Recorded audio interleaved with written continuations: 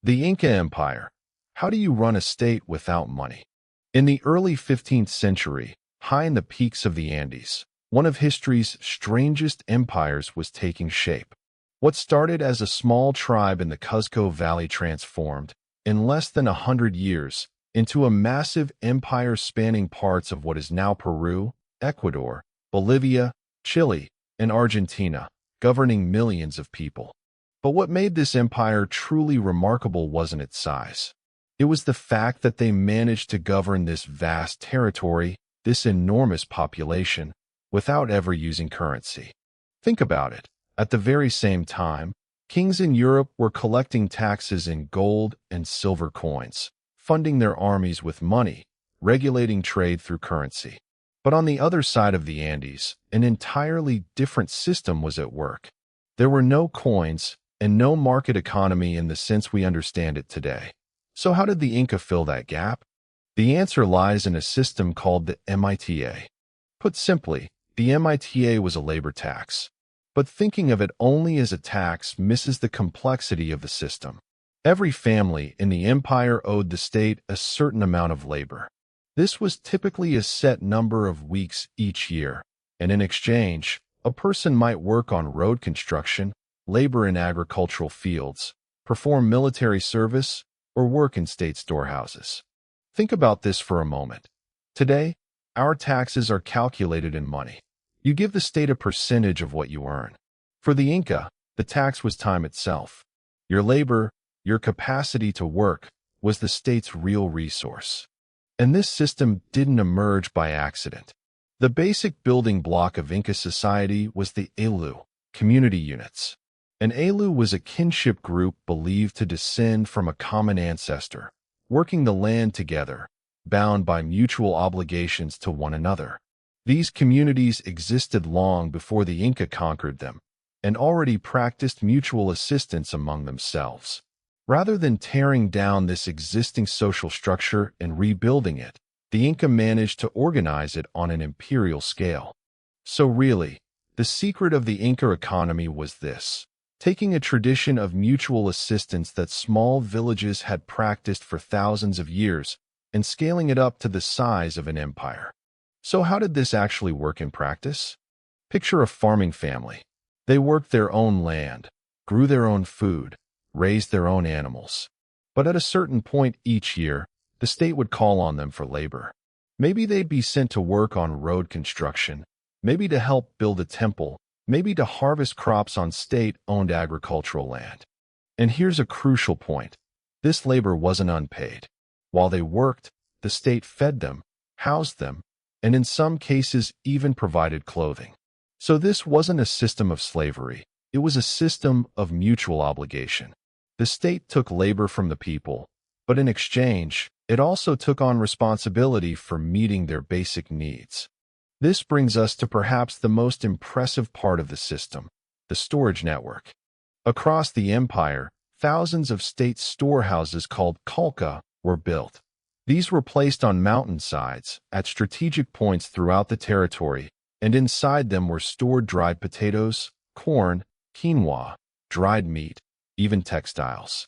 The cold, dry air of the Andes allowed these goods to be preserved for years without spoiling. These storehouses weren't just a food stockpile. They were also proof of the state's power and foresight. When drought struck, when an earthquake hit, or when war broke out, the state could distribute food from these storehouses to the people. If one region faced famine, surplus from another region could be transported there via the road network. And this brings us to what might be the least known but most impressive achievement of the Inca Empire, the road system. The Inca built a network called the Capac Nan, estimated to span more than 40,000 kilometers.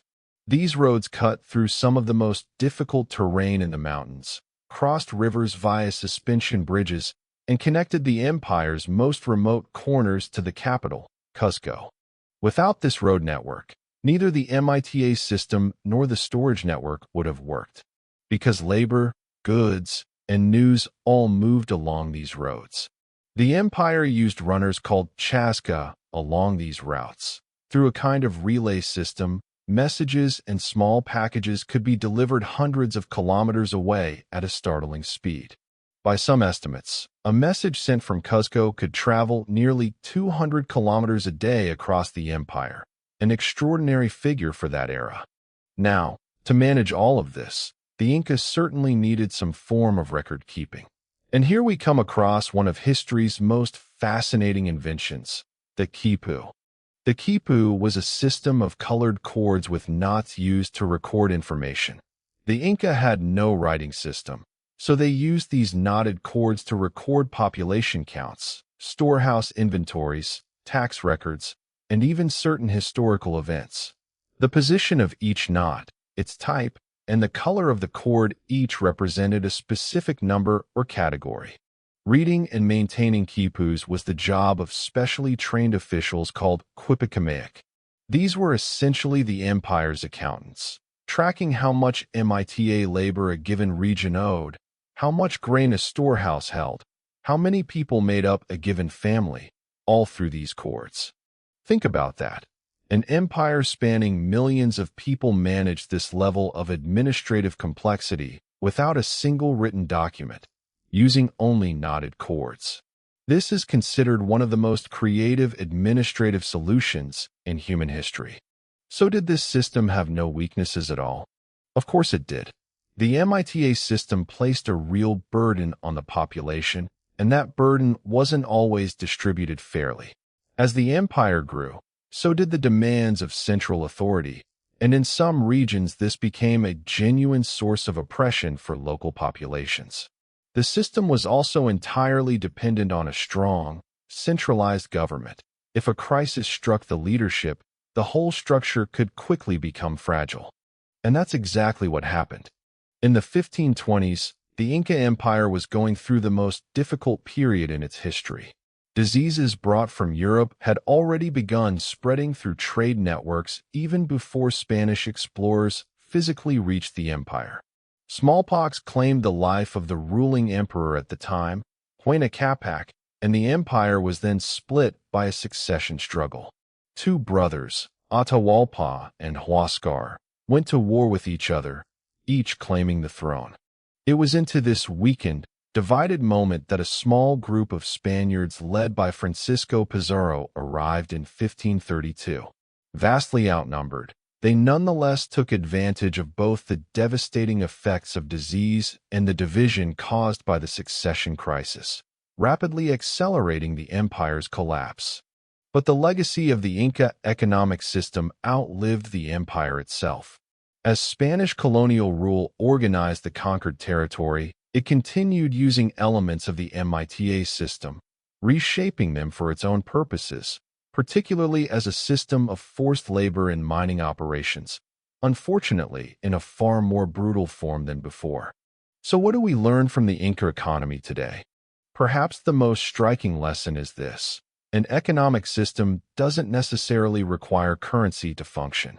The Inca built a highly organized state on the foundations of mutual obligation, shared labor, and central planning, without money. This system could feed millions of people, prevent famine even across some of the most difficult terrain on Earth, and hold a vast territory together under a single administration. And perhaps the real question is this: does what we call value really live only on the face of a coin or a banknote? Or is it hidden in the obligations people take on toward one another, in mutual trust, and in shared labor? The Inca Empire gave its own answer to that question, and 500 years after its collapse, that answer still leaves us wondering.